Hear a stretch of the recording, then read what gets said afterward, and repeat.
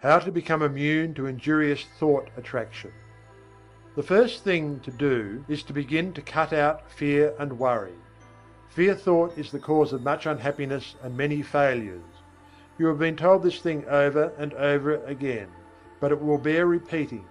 Fear is a habit of mind which has been fastened upon us by negative thought, but from which we may free ourselves by individual effort and perseverance.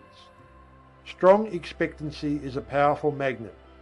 He of the strong confident desire attracts to him the things best calculated to aid him. Persons, things, circumstances, surroundings, if he desires them hopefully, trustfully, confidently, calmly.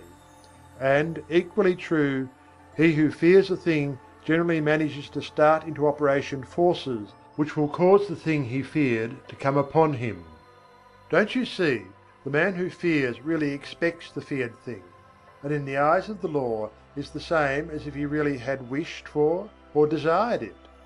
The law is operative in both cases, the principle is the same.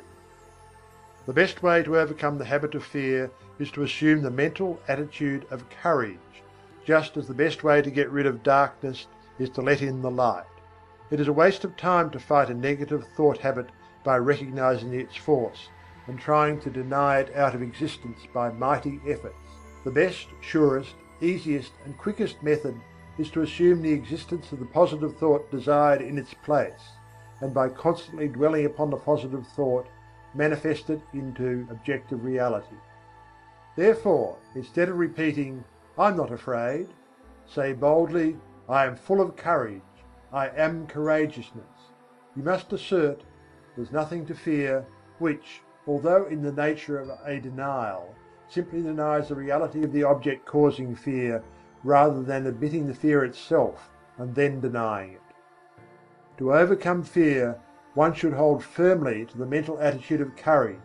He should think courage, say courage, act courage. He should keep the mental picture of courage before him all the time, until it becomes his normal mental attitude. Hold the ideal firmly before you, and you will gradually grow to its attainment. The ideal will become manifest. Let the word courage sink deeply into your mind, and then hold it firmly there until the mind fastens it in place. Think of yourself as being courageous. See yourself as acting with courage in trying situations. Realize that there is nothing to fear, that worry and fear never helped anyone and never will. Realize that fear paralyzes effort, and that courage promotes activity. The confident, fearless, expectant, "I can and I will" man is a mighty magnet. He attracts to himself just what is needed for his success. Things seem to come his way, and people say he is lucky. Nonsense! Luck has nothing to do with it. It's all in the mental attitude, and the mental attitude of the "I can't" or the "I'm afraid" man also determines his measure of success. There's no mystery whatsoever about it. You have but to look about you to realize the truth of what I have said. Did you ever know a successful man who did not have the "I can and I will" thought strong within him? Why, he will walk all around the "I can't" man, who has perhaps even more ability. The first mental attitude brought to the surface latent qualities, as well as attracted help from outside, whilst the second mental attitude not only attracted "I can't" people and things, but also kept the man's own powers from manifesting themselves. I have demonstrated the correctness of these views, and so have many others, and the number of people who know these things is growing every day. Don't waste your thought force, but use it to advantage. Stop attracting to yourself failure, unhappiness, inharmony, sorrow. Begin now and send out a current of bright, positive, happy thought. Let your prevailing thought be, "I can and I will." Think, "I can and I will." Dream, "I can and I will." Say, "I can and I will." And act, "I can and I will." Live on the "I can and I will" plane, and before you are aware of it, you will feel the new vibrations manifesting themselves in action, will see them bring results, will be conscious of the new point of view, will realize that your own is coming to you. You will feel better, act better, see better, be better in every way, after you join the I can and I will brigade. Fear is the parent of worry, hate, jealousy, malice, anger, discontent, failure, and all the rest.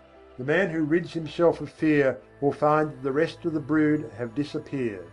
The only way to be free is to get rid of fear. Tear it out by the roots. I regard the conquest of fear as the first important step to be taken by those who wish to master the application of thought force. So long as fear masters you, you are in no condition to make progress in the realm of thought, and I must insist that you start to work at once to get rid of this obstruction. You can do it, if you only go about it in earnest, and when you have ridded yourself of the vile thing, life will seem entirely different to you. You will feel happier, freer, stronger, more positive, and will be more successful in every undertaking of life. Start it today. Make up your mind that this intruder must go. Do not compromise matters with him, but insist upon an absolute surrender on his part. You will find the task difficult at first, but each time you oppose him, he will grow weaker and you will be stronger. Shut off his nourishment, starve him to death. He cannot live in the thought atmosphere of fearlessness. So, start to fill your mind with good, strong, fearless thoughts. Keep yourself busy thinking fearlessness, and fear will die of his own accord. Fearlessness is positive, fear is negative, and you may be sure that the positive will prevail. So long as fear is around with his but, if, suppose, I'm afraid, I can't, what if, and all the rest of his cowardly suggestions, you will not be able to use your thought force to the best advantage. Once get him out of the way, and you will have clear sailing, and every inch of thought sail will catch the wind. He is a Jonah, overboard with him. The whale who swallows him will have my sympathy. I advise that you start in to do some of the things which you feel you could do if you were not afraid to try. Start to work to do these things, affirming courage all the way through, and you will be surprised to see how the changed mental attitude will clear away obstacles from your path and will make things very much easier than you had anticipated. Exercises of this kind will develop you wonderfully, and you will be much gratified at the result of a little practice along these lines. There are many things before you awaiting accomplishment, which you can master if you will only throw aside the yoke of fear, if you will only refuse to accept the suggestion and will boldly assert the I and its power. And the best way to vanquish fear is to assert courage and stop thinking of fear. By this plan you will train the mind into new habits of thought, thus eradicating the old negative thoughts which have been pulling you down and holding you back. Take the word courage with you as your watchword and manifest it in action. Remember, the only thing to fear is fear, and, well, don't even fear fear, for he's a cowardly chap at the best, who will run if you show a brave front. The transmutation of negative thought. Worry is the child of fear. If you kill out fear, worry will die for want of nourishment. This advice is very old, and yet it is always worthy of repetition, for it is a lesson of which we are greatly in need. Some people think that if we kill out fear and worry, we will never be able to accomplish anything. I have read editorials in the great journals in which the writers held that without worry one can never accomplish any of the great tasks of life, because worry is necessary to stimulate interest and work. This is nonsense, no matter who utters it. Worry never helped one to accomplish anything. On the contrary, it stands in the way of accomplishment and attainment. The motive underlying action and doing things is desire and interest. If one earnestly desires a thing, he naturally becomes very much interested in its accomplishment, and is quick to seize upon anything likely to help him to gain the thing he wants. More than that, his mind starts up a work on the subconscious plane that brings into the field of consciousness many ideas of value and importance. Desire and interest are the causes that result in success. Worry is not desire. It is true that if one's surroundings and environments become intolerable, He is driven in desperation to some efforts that will result in throwing off the undesirable conditions and in the acquiring of those more in harmony with his desire. But this is only another form of desire. The man desires something different from what he has, and when his desire becomes strong enough, his entire interest is given to the task, he makes a mighty effort, and the change is accomplished. But it wasn't worry that caused the effort. Worry could content itself with wringing its hands and moaning, "Woe is me," and wearing its nerves to a frazzle and accomplishing nothing. Desire acts differently. It grows stronger as the man's conditions become intolerable, and finally when he feels the hurt so strongly that he can't stand it any longer, he says, "I won't stand this any longer, I will make a change." And lo, then desire springs into action. The man keeps on wanting a change the worst way, which is the best way, and his interest and attention being given to the task of deliverance, he begins to make things move. Worry never accomplished anything. Worry is negative and death-producing. Desire and ambition are positive and life-producing. A man may worry himself to death, and yet nothing will be accomplished. But let that man transmute his worry and discontent into desire and interest, coupled with the belief that he is able to make the change, the "I can" and the "I will" idea, then something happens.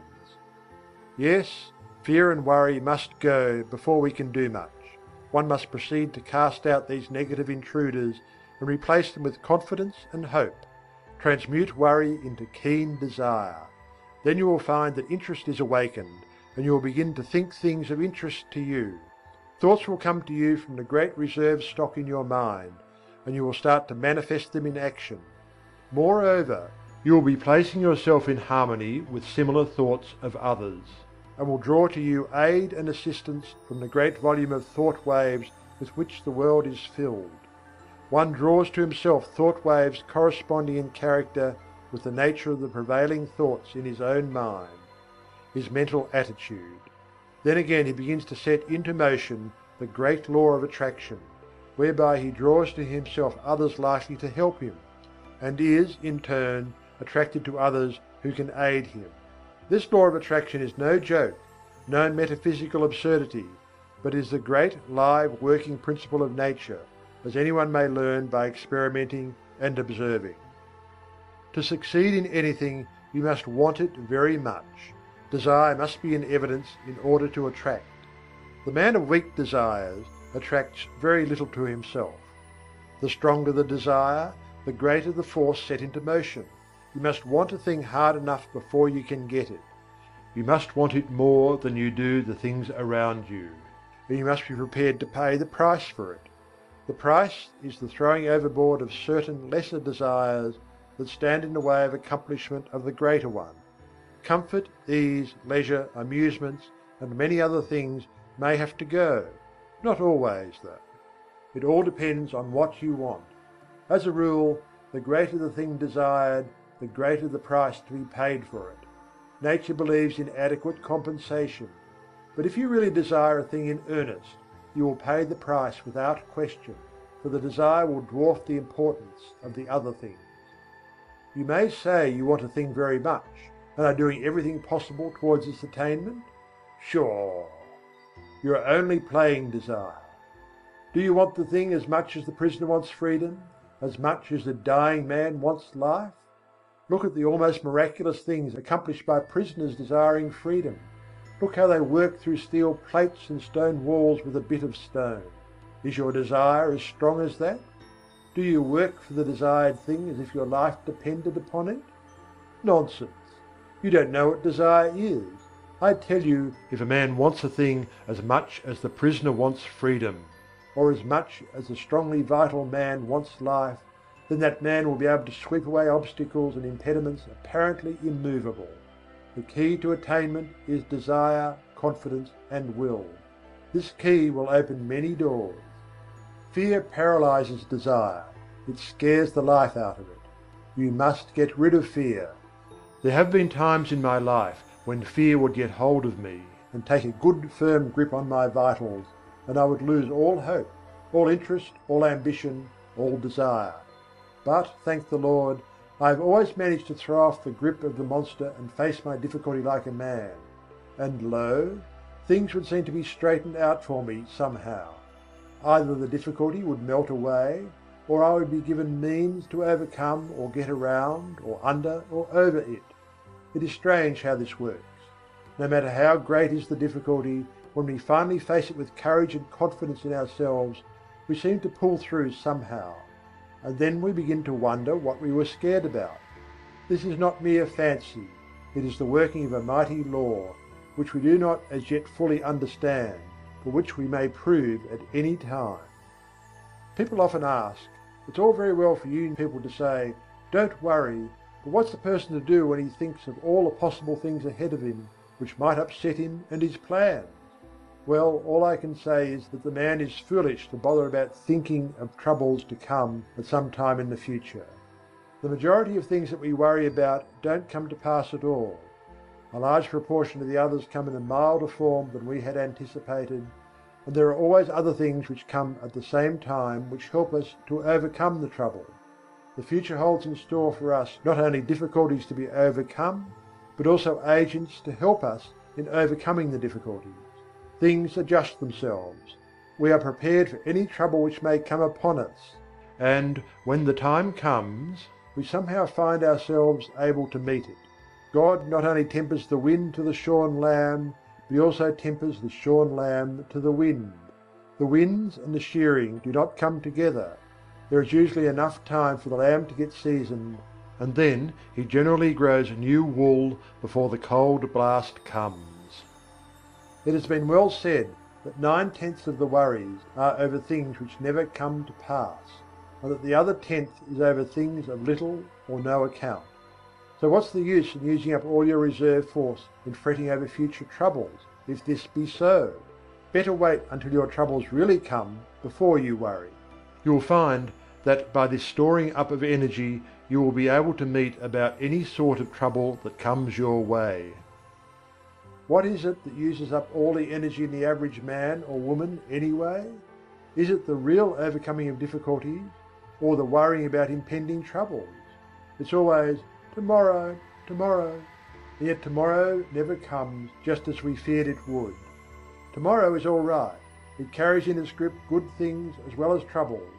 Bless my soul, when I sit down and think over all the things which I once feared might possibly descend upon me, I laugh. Where are those feared things now? I don't know.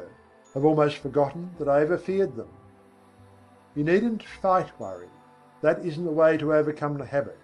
Just practice concentration, and then learn to concentrate upon something right before you, and you will find that the worry thought has vanished. The mind can think but one thing at a time, and if you concentrate upon a bright thing, the other thing will fade away. There are better ways of overcoming objectionable thoughts than by fighting them. Learn to concentrate upon thoughts of an opposite character, and you will have solved the problem. When the mind is full of worry thoughts, it cannot find time to work out plans to benefit you. But when you have concentrated upon bright, helpful thoughts, you will discover that it will start to work subconsciously, and when the time comes, you will find all sorts of plans and methods by which you will be able to meet the demands upon you. Keep your mental attitude right, and all things will be added unto you. There's no sense in worrying. Nothing has ever been gained by it, and nothing ever will be.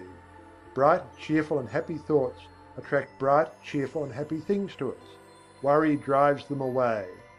Cultivate the right mental attitude. The law of mental control. Your thoughts are either faithful servants or tyrannical masters, just as you allow them to be. You have the say about it. Take your choice. They will either go about your work under direction of the firm will, doing it the best they know how, not only in your waking hours, but when you are asleep. Some of our best mental work being performed for us when our conscious mentality is at rest, as is evidenced by the fact that when the morning comes, we find troublesome problems have been worked out for us during the night, after we had dismissed them from our minds, apparently. Or they will ride all over us and make us their slaves if we are foolish enough to allow them to do so.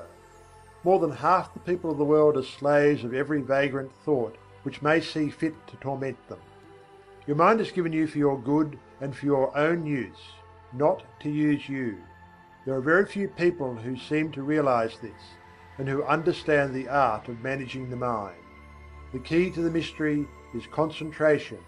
A little practice will develop within every man the power to use the mental machine properly. When you have some mental work to do, concentrate upon it to the exclusion of everything else, and you will find that the mind will get right down to business, to the work at hand, and matters will be cleared up in no time. There is an absence of friction, and all waste motion or lost power is obviated. Every pound of energy is put to use, and every revolution of the mental driving wheel counts for something. It pays to be able to be a competent mental engineer. And the man who understands how to run his mental engine knows that one of the important things is to be able to stop it when the work has been done. He does not keep putting coal in the furnace and maintaining a high pressure after the work is finished, or when the day's portion of the work has been done, and the fire should be banked until the next day. Some people act as if the engine should be kept running whether there is any work to be done or not, and then they complain if it gets worn out and wobbles and needs repairing. These mental engines are fine machines and need intelligent care. To those who are acquainted with the laws of mental control, it seems absurd for one to lie awake at night fretting about the problems of the day, or more often, of the morrow. It is just as easy to slow down the mind as it is to slow down an engine, and thousands of people are learning to do this in these days. The best way to do it is to think of something else, as far different from the obtruding thought as possible. There is no use fighting an objectionable thought with the purpose of downing it. That is a great waste of energy, and the more you keep on saying, "I won't think of this thing," the more it keeps on coming into your mind. For you are holding it there for the purpose of hitting it. Let it go. Don't give it another thought. Fix the mind on something entirely different and keep the attention there by an effort of the will. A little practice will do much for you in this direction. There is only room for one thing at a time in the focus of attention. So put all your attention upon one thought and the others will sneak off. Try it for yourself.